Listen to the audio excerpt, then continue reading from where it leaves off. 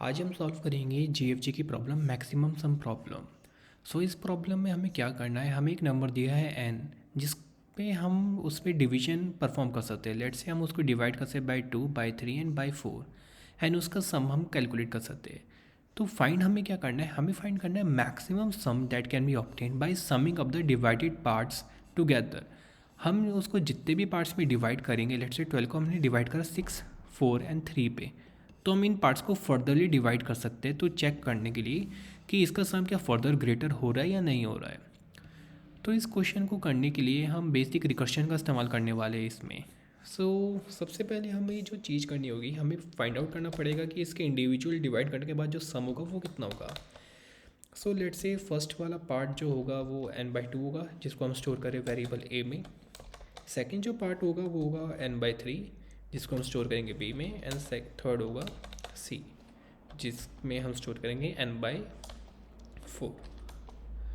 Now according to the question हमें see करना पड़ेगा कि क्या हम इसको डिवाइड करें या ना करें, क्योंकि अगर डिवाइड करेंगे तो ऑफकोर्स इनका सम हमारे ग्रेटर देन होना चाहिए n, वरना इसको डिवीजन करने का हमारे पास कोई बेनिफिट नहीं होगा, क्योंकि वो मैक्सिमम सम में हमारा कंट्रीब्यूट नहीं करेगा।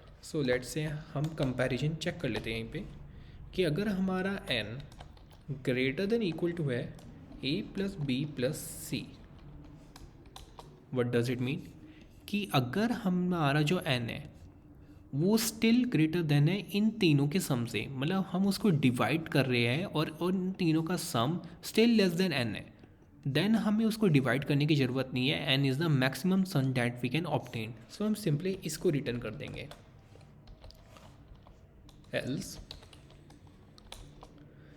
एल्स हम क्या करेंगे, एल्स मतलब अब हमें इसको डिवाइड करना पड़ेगा, क्योंकि n का जो सम है वो इंडिविजुअल पार्ट से कम है, इंडिविजुअल पार्ट के सम से n का सम कम है।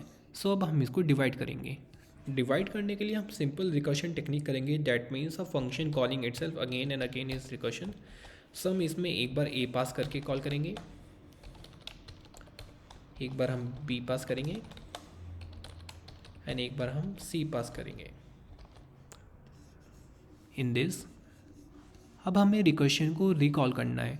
इंडिविजुअल पार्ट्स को भी हमें देखना पड़ेगा कि 6 फर्दर डिवाइड हो रहा है या नहीं हो रहा है, 4 फर्दर डिवाइड हो कि क्या उसका सम बड़ा हो रहा है या नहीं हो रहा है, एंड सिमिलरली फॉर 3। हम यहाँ पे वही कर रहे हैं, हम इंडिविजुअल पार्ट्स को कॉल कर रहे हैं। इस वाले पार्ट में हम n/2 को कॉल कर रहे हैं कि हम देख रहे हैं कि इस पार्ट को अगर दोबारा डिवाइड करके क्या इसका सम दोबारा बड़ा हो सकता है या नहीं हो सकता है। Similarly for the part b that means n/3 and similarly for part c that means n/4। अब हम इसको रन करके देखते हैं।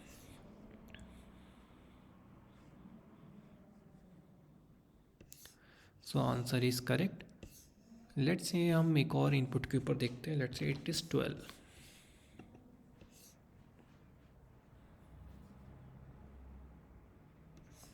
सो 12 पे आप देख सकते हैं कि ये 13 आ रहा है। दैट मीन्स हमने सबसे पहले चेक करा 12 को 3 पार्ट्स में डिवाइड करके, तो 3 पार्ट्स में डिवाइड करने के बाद ये 3 चीज़ें आई।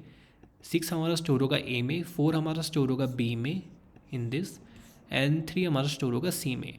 देन हमने चेक करा कि क्या n that means 12 is greater than equal to a plus B plus c. a plus B plus c क्या होगा हमारे पास, 6 प्लस 4 10, 10 प्लस 3 13। हमने देखा कि 12 is of course not greater than equal to 13। That means कि हमें यहाँ पे इसको डिवाइड करने से हमें एडवांटेज मिल जाए कि हमारा सम बड़ा हो सकता है। हम एल्स पार्ट में जाएंगे और इंडिविजुअल पार्ट्स का सम हम कैलकुलेट करके फिर रिटर्न करेंगे। यहाँ पे मैंने एक ही लाइन में तीनों लिख दिए, वैसे आप इंडिविजुअली भी लिख सकते हैं देन उसको रिटर्न कर सकते हैं, but it is as a good coding practice it is preferred to write in a single line. अब हम इसको सबमिट करते हैं।